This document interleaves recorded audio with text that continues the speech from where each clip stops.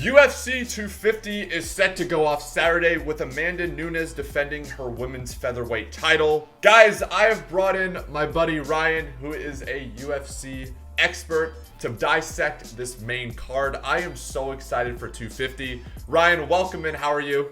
Thanks for having me. I'm doing well. Dude, so talk to me. The first fight on the card, on the main card, the pay-per-view, we have Eddie Wineland versus Sean O'Malley. I think this is an absolute fireworks of a fight. This is going to be so fun. Who are you looking at here? Well, first, shout out to UFC for adding this. I know, right? Last minute, too. Super exciting. It's my guy. I'm going to ride with my guy, Sugar Sean. Okay. Super exciting. I think this is an excellent way to kick off the event. Definitely. I feel like his reach, both his legs and his arm, is going to be what the difference is. Obviously, he's also quite more aggressive than Wineland. A lot of Sean's fights end up going the full distance. I think that aggression is what's going to end up catapulting over Wineland. Okay. I'm hoping, Sean comes out. He said, I think it was his post-fight interview, in his previous fight, he said he had a lot more in the bag that he wasn't able to showcase. So the thing that's beautiful about the Sugar Show is you never know what you're going to get. So I'm super excited for this fight. Up next, we're in the welterweight division with Magny versus Anthony Rocco Martin. This is an interesting one. What are your thoughts here? I think this fight is going to be very interesting. I think each fighter complements the other very well. Mm-hmm. In the end of the day, Neil is going to be a little bit more aggressive. I feel he's going to be a little bit more in Rocco's face, eventually getting down to the ground where Neil really does most of his damage. Do you see this fight going the distance? 100%. I see this one going the entire way. Moving on, we are staying in the bantamweight division. We have Sterling versus Sandhagen in what easily could be the fight of the night. This is an incredible fight. I cannot believe we get this on top of the rest of this card. I'm conflicted. Who are you going with here? So I'm with you. I think this is going to be the fight of the night. Incredible matchup. I'm going to go, as much as my heart wants me to go with the Funk Master, I'm going to go with Sandhagen. Mainly, again, being those hands. He is very, very aggressive. Almost 9 lands per minute. Wow. 51% significant strikes. He is very, very active. It's interesting because you could make the argument that, Sterling deserved a title shot over Aldo. So he's in a tough position. Sandhagen is a great fighter. I have no idea. I'm still trying to figure out where I'm going with this fight. Sticking in the bantamweight division and the co-main event, Raphael Assuncao versus Cody Garbrandt. I know you are a huge fan of Cody No Love, so I know where you're going to go with this, but I want your thoughts here.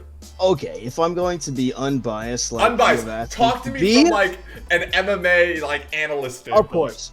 Okay, so to be completely honest with you, Assuncao has a ton of momentum going into this fight, whereas Garbrandt has literally the opposite.